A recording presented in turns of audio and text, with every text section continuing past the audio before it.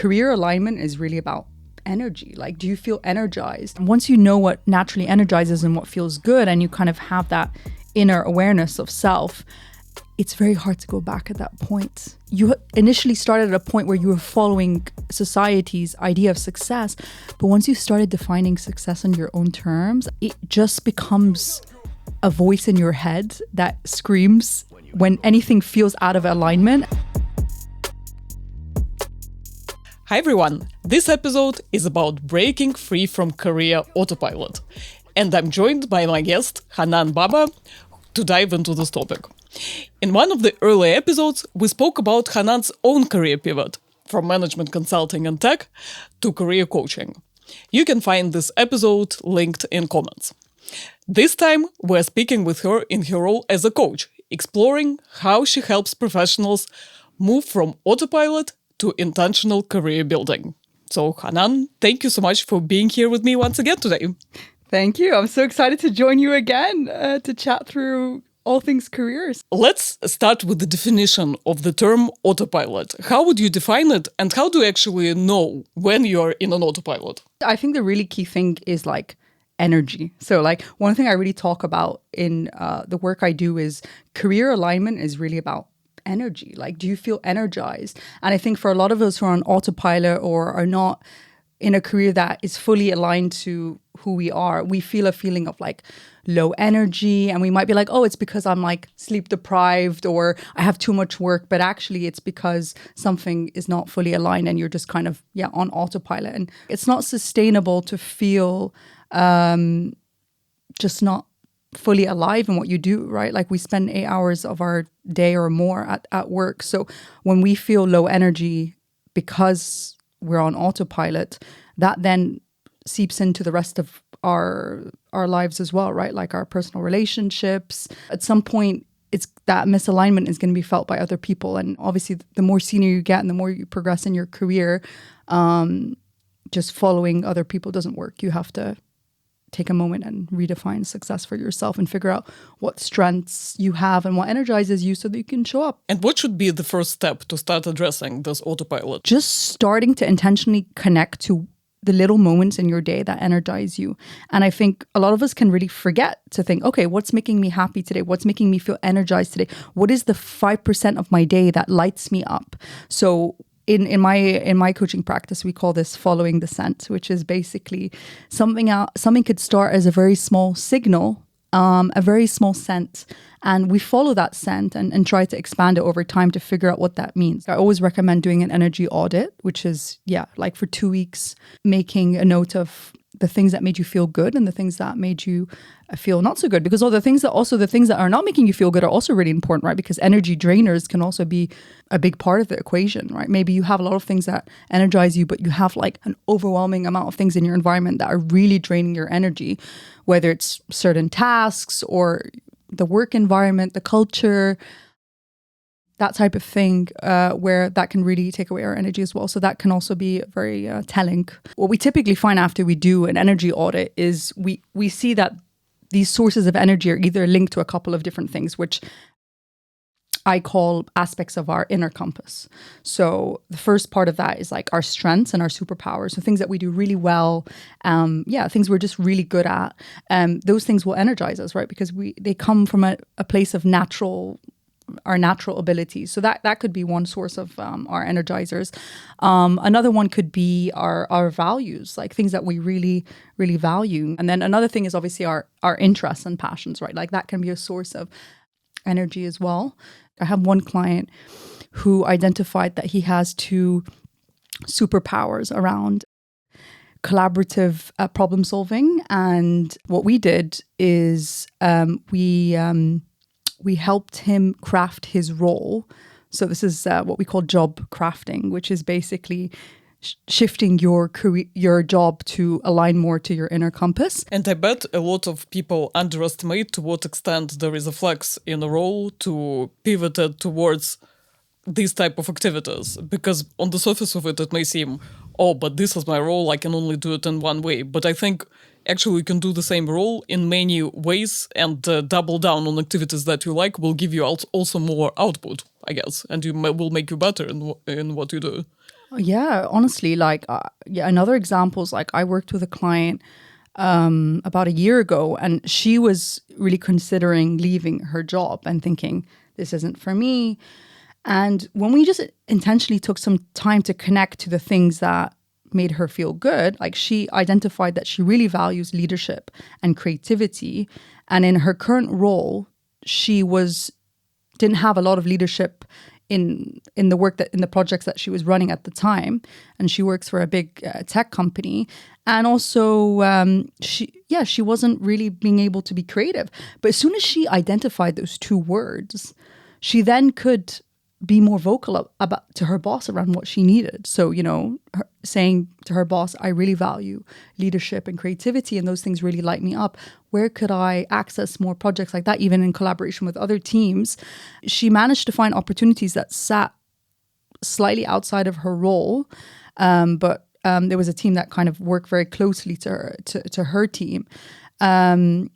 And I think her boss as well said, oh, like, you want more like leadership? Okay, like, how about you fully lead this project, for example? Or I didn't know that creativity was really important to you. How about rather than me taking on this project or doing more of this creative work, how about I give you more of that? What do you think is the biggest challenge with defining these 2 to 3 words on your own? People don't give themselves enough time and space to come to those conclusions. And I think a couple of weeks or a couple of months of intentional ideation, curiosity, allows us to go deeper and deeper on those layers of that exploration. And then at some point things come together, but we need a kind of continuous stream of that to get to a point where things click. We don't ask people around us enough for feedback on ourselves. And like one thing I ask a lot of my clients to do is ask 5 people in your life, like maybe like 2 people from your family, like 1 or 2 people from the workplace and like friends. Ask them, name 5 things that you think I'm good at, or like words that describe me that are positive.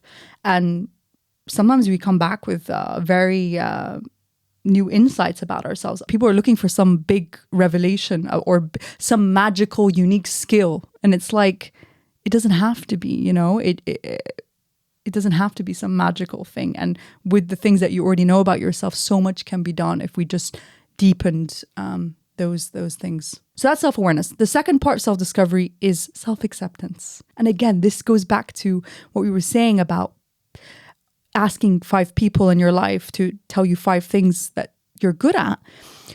We are not accepting because we're looking for something else, or we're wishing it was something else. And I'll give you a personal example, like of myself. Like, I've done a personality test many years ago, and my personality test comes back with like empathetic, human-centered, all those things. Oh, ideal. And even the personality test, like, it tells you ideal jobs, tells you like coach, doctor, that type of thing, And I was like in denial of that, and I was looking for answers, like more complex answers. No, surely that's not the answer. There's something else I'm missing, And I was not in a place of fully deep self-acceptance because I was comparing myself to other people who had different strengths. And I wanted to be like them for some reason because I get some sort of validation or something like that, right? But actually, when I fully, deeply accepted my personality and being like, look, we can't be everything all at once. And just because you're not good at X doesn't mean you're less valuable. You're just good at Y. And actually, if you focused on Y and really went deeper into that, your success could 10x even more than doing X, because you're meant to do Y, and your ability to add value is so much higher if you just tapped in naturally to your personality. Yeah. So this is why like understanding your personality and your inner compass is the biggest hack that we can have in our career, because if we can come to a place of being fueled with natural energy, it's almost like we don't have to like pretend that work has to be so difficult. Sometimes I feel like I'm cheating myself because like obviously now I've gotten to a place where I'm continuously trying to create more career alignment and more based on my inner compass. But it's like almost like sometimes it's like, oh, this flows so easily. It almost feels like But like, I feel like, oh, like it's cheating, you know what I mean? But it's not cheating. That's how it should be. And you know, for so many years, I was trained that no, it must feel hard. It must feel difficult. You should suffer. You should suffer. Like work is work. And it's like, no, it doesn't have to be. Obviously, I mean, work is not perfect and it is work, but it doesn't have to feel like work so badly. And that's where you know you've achieved career alignment. And look, career alignment is a North Star, okay? Will we ever have 100% career alignment? No. But I would say, like, someone asked me, like, what is the ideal amount? I think, like, if you feel career alignment, like 70% of your job, that's really good. And I think is what career alignment is always evolving, you know? I'm evolving. I don't have a 5-year plan. I'm just asking myself every day, am I aligned to my inner compass, and how can I deepen that alignment to my inner compass? And does my inner compass shift over time? Maybe, yeah, it does slightly. My values shift the more I learn about myself. But as long as I'm aligned to my inner compass and always reflecting on that, I just pivot accordingly and try to create more alignment. And over time, that percentage will increase. Will it come from day one? No. Like for the example that I gave with the client who job crafted, in the sense where they said to their boss, hey, I really value creativity and leadership. She felt super happy because she was able to shift her job. But then that insight then allowed her, after 6 months, to quit her job and find a job that was even more aligned to her inner compass. So we are continuously deepening that connection to our inner compass and that alignment, and it doesn't happen all at once. Perfect. So that was the first self-discovery piece. Now let's move to the next steps. What should the person do afterwards, after they have understood what the 2 to 3 words that perfectly describe them are? Yeah. So for some people, that's enough, right? Just doing that self-acceptance and self-awareness piece could create the click that they needed, and think about, okay, you know, I absolutely need to quit my job, or maybe I can job craft in a better way. That can be enough. But for some people, there's 5 steps of that. Typically I work through with people. So the first is like that connection to your inner compass. The second one is mindset. So do you have any beliefs about yourself or the insights that you've found about yourself, which could be blocking you, okay? So, for example, you could be like, oh, I could never pursue that, or that's not a good option, or I'm not good enough for that, or I'm not skilled enough for that. We have to work through those blocks because obviously if we've never done something before, we're not going to have evidence that we are capable of it, right? So we first need to also check those thoughts and beliefs and make sure that they're not blocking us. So self-discovery, mindset work, and then strategic ideation on let's combine all the aspects of the inner compass and what options are there. There's something called the Ikigai framework, which is this Japanese framework. It's the intersection between your things that you love, things that you're good at, things that the world needs and the world would pay for. And exploring the intersection of all those things will then maybe give you some ideas of things that you want to experiment. Next step, 4th step, experimentation. When you try things, that's where you learn about yourself. You see what feels good and what doesn't. If you haven't done something before, your brain is obviously going to be like, you can't do this. I remember like before I became a coach, I sat on the idea of coaching for so long, hoping some epiphany was going to come. But as soon as I tried coaching and I did my first session, it felt like the best thing ever. And once I had that evidence that I felt so in alignment, how could I ignore that anymore, you know? So experimentation and is so important in terms of the career alignment and just understanding what feels good. And then obviously the last step after that is making bigger shifts, right? Once you've experimented with something, then you have the courage and evidence to think about what you want to do next. And you know, back to this point around, once you know what naturally energizes and what feels good, and you kind of have that inner awareness of self, it's very hard to go back at that point. It's very hard to go back. You cannot ignore it anymore. You initially started at a point where you were following society's idea of success.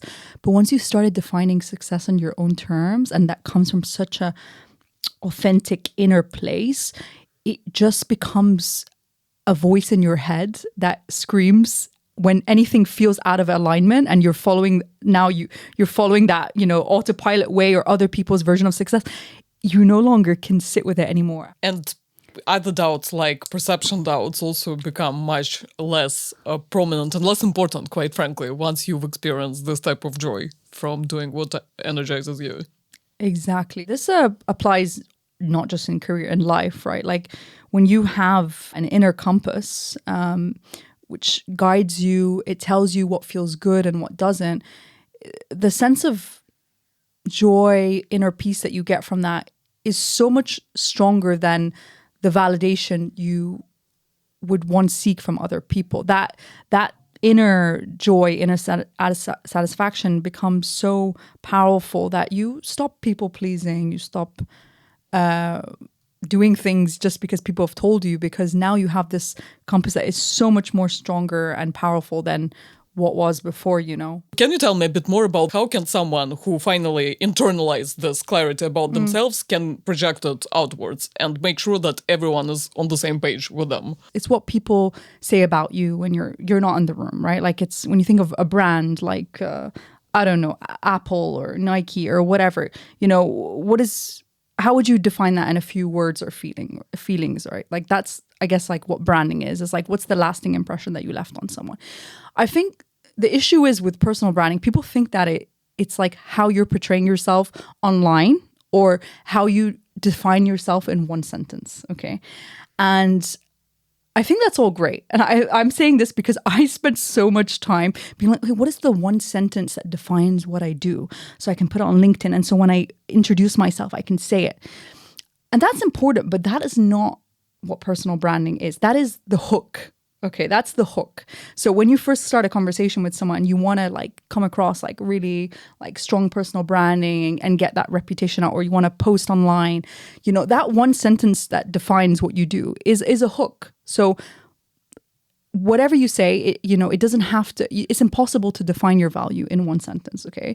But for example, what I say as my one sentence or hook is like, I help people build fulfilling and energizing careers, okay?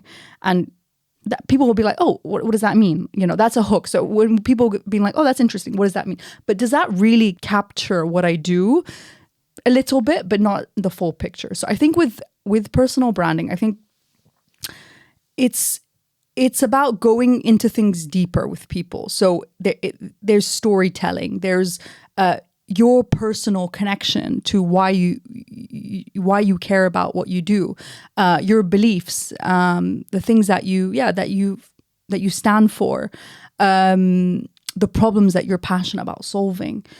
All of these factor into your personal branding, and it doesn't just come from one sentence. So I would say there's a couple of things. If you're looking to define your personal brand, I would say first connect to what problems are you passionate about solving, which is the most important problem that you're passionate about solving, okay? So getting clear on that and understanding that will help you have conversations to people about more specific pain points, okay? So in the case where I talk about my work, I used to be like, oh, I'm a life and career coach and I help people, create more fulfilling careers. Okay, but what is the problem I'm actually trying to solve? So when I talk more in depth about that now, I say, well, we were talking about like a lot of people live in autopilot, follow different people's idea of success, their parents, their university, their boss. And a lot of us don't really know what we want for ourselves. So, and a lot of us end up unhappy or in the wrong career paths or forced into paths that are not ours. So I help people figure out what that idea of success is for them. And by doing that, I've addressed the problem I'm trying to solve, that people are looking at the idea of success that isn't theirs and shifting that to finding their own definition of success. I'm painting a picture to the person I'm speaking to about the problem I'm trying to solve, and they have so much more context because they can visualize it. If they can't fully visualize what you're talking about, they won't understand what your branding is or what you're trying to do, right? So we have to go into things a bit deeper.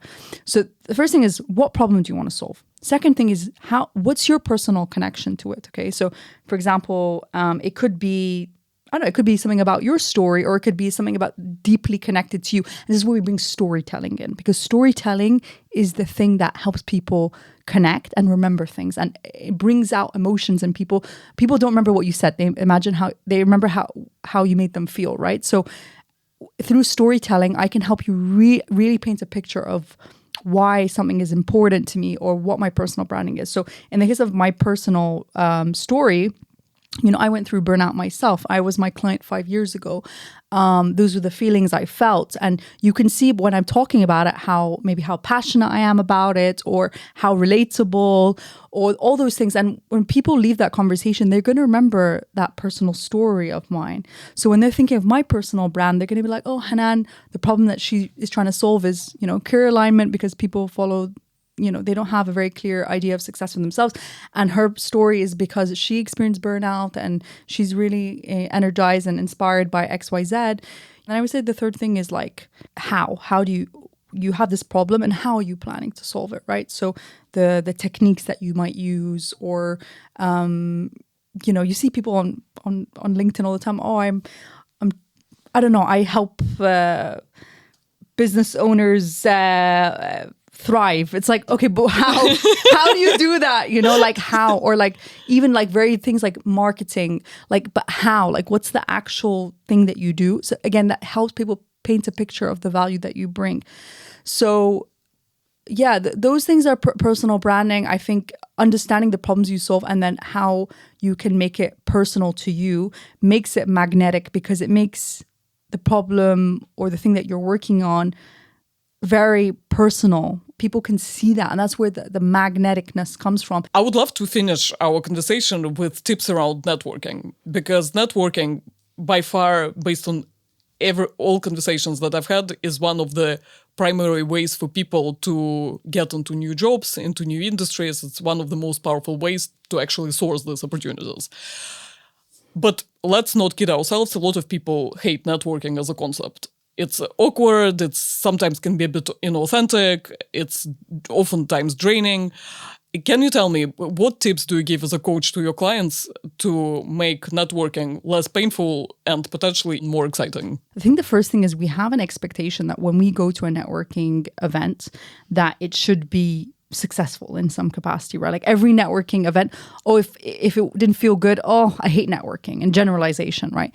But the thing is with networking is, we are not gonna be successful in every networking interaction, but that should not be a deterrent to stop networking. Okay, so maybe 5 or 6 out of 10 times networking is you're not gonna get anything from it. But maybe that 1 or 2 or 3 times, something gold will come. So you could go like 10 events, nothing happens. Then you meet that one person who could be your business partner. It could be give you a new job, right? So we have to get used to the idea of unsuccessful networking events. Saying that though, obviously we don't want to just go to every single networking event out there and feel like it's just a waste of time. We want to be smart about where we network, right? So I think obviously if you know, understanding what you want to get out of networking, okay? Maybe you have a very clear idea of the type of work you want to get into, then great, obviously go to events that align to that. But if you're not sure, or even then it's not feeling right, ask yourself, where can I network with people which share common interests or values, right? So you might go to a networking event and you might feel, I'm really out of place here, or I'm not connecting with people. Or you might start judging yourself like, I'm not good enough, or I'm not smart enough, or people don't like me. But rather than thinking that way, ask yourself, why are you not connecting? It's like friendship. Like if people are very different than you, then you're probably not going to feel very good in those conversations, right? But when you meet people who have similar values to you, or interests or whatever, those conversations are going to flow much easier. So again, not all networking is going to feel easy, but we can make it much easier if we go to environments that feel more aligned to us. So being strategic about the types of interactions that we put ourselves in, and also not being offended or disheartened when a conversation doesn't go as planned, because the first thing that we do is like, what did I do? Or like, why don't they like me? Or why did I not be able to connect with them? We don't stop and be like, but wait, like, did I like them? Like, did I feel aligned to them? And actually, chances are, if you're feeling they were not aligned to you, the chances are you also didn't feel aligned to them. So why are you trying to force an interaction? And I think also like recognizing that not every networking opportunity will be like a direct outcome, but actually there's a lot of second-hand benefits that you can get from networking. So for example, for me, I might not just go to an event to find clients, right? Like I could be like, oh, I could build a relationship with someone who then knows about me, then who could refer me to one of their friends as a client, or maybe they have an event at their company that they would invite me to, or maybe we stay connected and then 1 year down the line they post about a job ad, or they know someone who can help me get a job. I think allow yourself to stay wide with the outcomes of those networking opportunities, because it really could end up in so many different opportunities that you might not have initially thought of. Hanan, thank you so much for such an insightful conversation. Thank you. It was great talking to you.